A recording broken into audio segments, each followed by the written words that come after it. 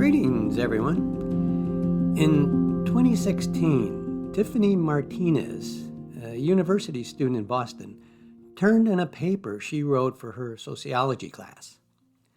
The next class, the instructor was returning the papers to the students. When he got to Tiffany, as he was handing her paper to her, he told her loud enough for the whole class to hear, "This is not your language." On her paper, he had written comments, including next to the word hence. You can see that he wrote, "This is not your word," and he underlined not twice. He also wrote, "Please go back and indicate where you cut and pasted." Tiffany was certain she had not plagiarized. Needless to say, she felt disrespected and humiliated. I'm sure most of us are appalled by how this instructor handled his suspicion that his student had plagiarized. In my many years as an ESL instructor, I've witnessed instructors overreacting in suspected plagiarism situations. It seems as if those instructors were taking it personally, feeling like they were being disrespected. Too often, instructors seem to see it as a gotcha opportunity. At the same time, we do know that some students will be tempted to plagiarize and actually do it. It can be especially problematic with ESL students since the attitude toward copying from sources can vary from culture to culture. And now, with students' access to AI and technology like ChatGPT, it can be particularly challenging for teachers.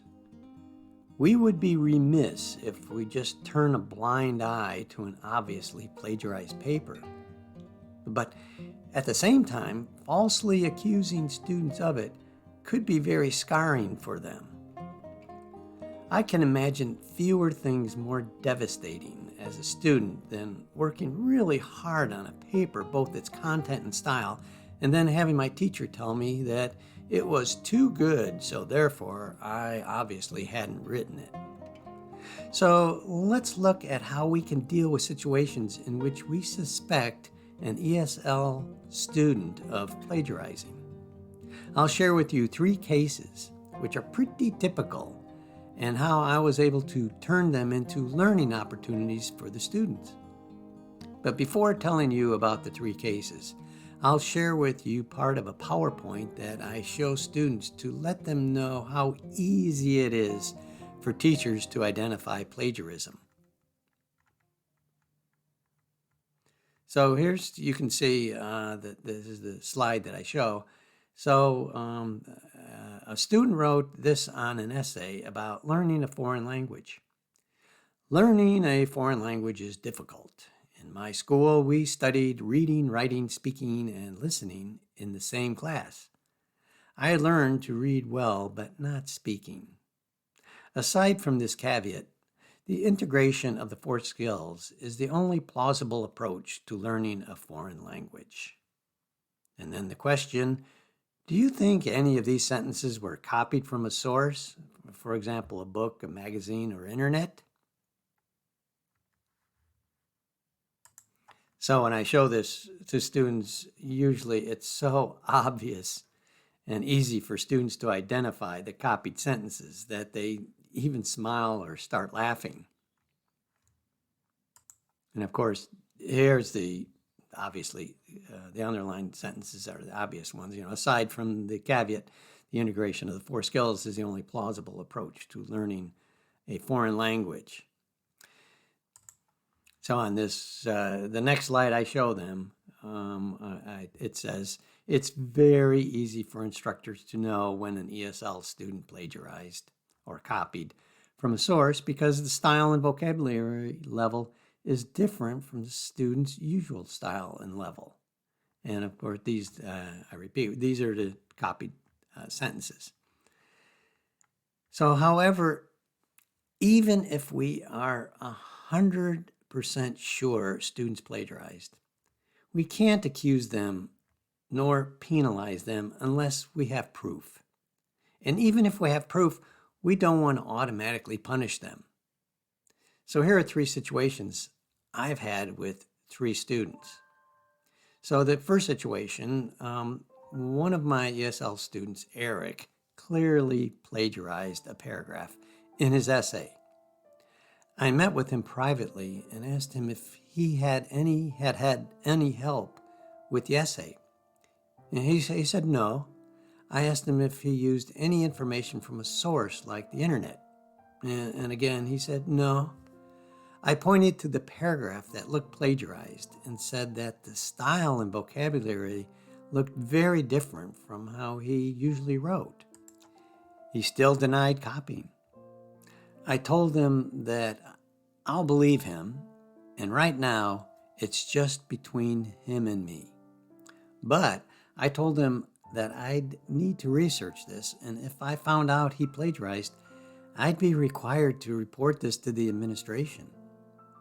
At that point, he told me that he may have taken some words from a source. So I asked him to underline every word and sentence that he had copied, and so he did that. Then I told him that he had 2 options. 1, he can put quotation marks around those and tell what the source was. That would be legal and he wouldn't get into trouble. However, any child can copy something and put quotation marks around it. It's not an advanced way to write an academic paper. So in his college classes, he probably wouldn't get a good grade if he just quoted a lot. So the better option was number 2, he should paraphrase those sentences. That way he can show that he really understood those ideas.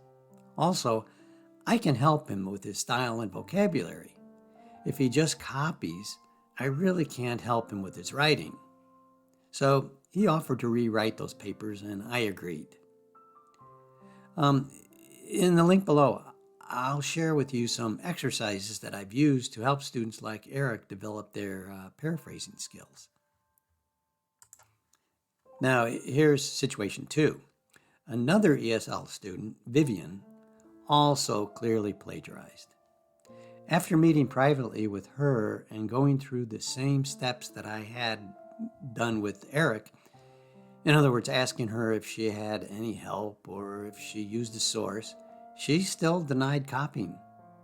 I told her that I would trust her. She had been aware of all the potential troubles that a student who plagiarizes could get into, so I didn't feel like it was necessary to go through all those again. I mainly wanted to give her a different perspective. So I explained the reason I had asked was because some students do copy from sources, so I'm not able to help them with their writing skills. They were missing an opportunity to get my help. I also explained that when we decide whether a student passes to the next level, we look very closely at their in-class essays. These are carefully monitored essays in which students write during a class period. I've seen instructors spend hours trying to find the source that a suspected students had used. I just spent a few minutes Googling Vivian sentences, but I didn't find anything, so I had no justification for accusing her. My only hope was that I was able to raise awareness. That brings us to situation 3. So another ESL student's situation was similar to Vivian in situation 2. His name was Kofi. I found the source that he had plagiarized from, but I wanted to give him every opportunity to acknowledge that he had copied before telling him that I had found the source. As with Eric and Vivian, I asked him if he had gotten help or used a source, but he denied copying it. So I showed him the source and where he had plagiarized. I explained the seriousness of this and told him that I was required to report him to the administration and that this would be on his record. However, I told him that I'd let him rewrite the essay if he promised never to plagiarize again, and he did agree to do that. So as I had mentioned in the first situation with Eric, I tell students options they have if they want to use information from a source, and I present these as a PowerPoint. In this slide, I show them 3 options for using source information. So, one is plagiarism, and that's illegal. The students just copies from the source. So, for example, aside from this caveat, the integration of the 4 skills is the only plausible approach to learning a foreign language. The other option is it's simple, this is legal. The students put quotation marks around the words. So you can see I put quotation marks around that sentence. Then more advanced, the third option is paraphrasing. And in this, the student explains in his or her own words and style. There were problems with this type of class. However, teaching all 4 skills in one class is the best method. Then I explain what might happen if they plagiarize. So I show them this slide. If you plagiarize on a paper, you might get a failing grade on the paper or get a failing grade for the course, or it can even be expelled from the college. And if you use a simple style, in other words, you put quotation marks around the words, you will not get into trouble. But, as I explained, any child can copy and put quotation marks around the words. So this is just a simple style. Therefore, you will probably get a better grade if you paraphrase. In other words, use your own words and style. Then, to reinforce this paraphrasing option, we do this brief exercise. So again, I show them this slide. And again, here's what a source says. As mentioned above, norms are established by a group, and they specify how the group members should or should not behave. So I asked them, which of these are plagiarized, simple, or advanced? So the first one there, a group decides what the norms should be for them. These norms tell the group members exactly how they are supposed to behave. And the students quite quickly, after reading this, we read this together, they identify this as advanced. It's paraphrased. Then the next one is you have quotation marks, those sentences with quotation marks, and of course, that's easy. That's simple and it's quoted. And then the last one there, the third little choice there are and then at the bottom we have the exact sentences there that are copied, and it's plagiarized illegal. So they can identify what the 3 options are. So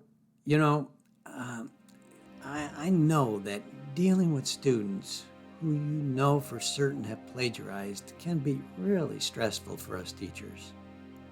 However, there are some ways to view these situations that can really help reduce the stress that we're feeling.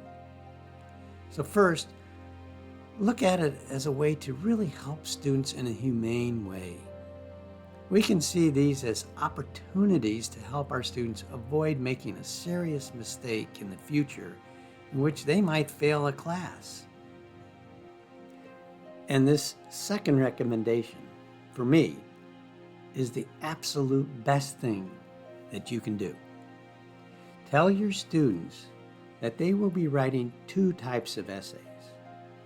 Out-of-class essays, in which they will write over some period of time, and write it up at home.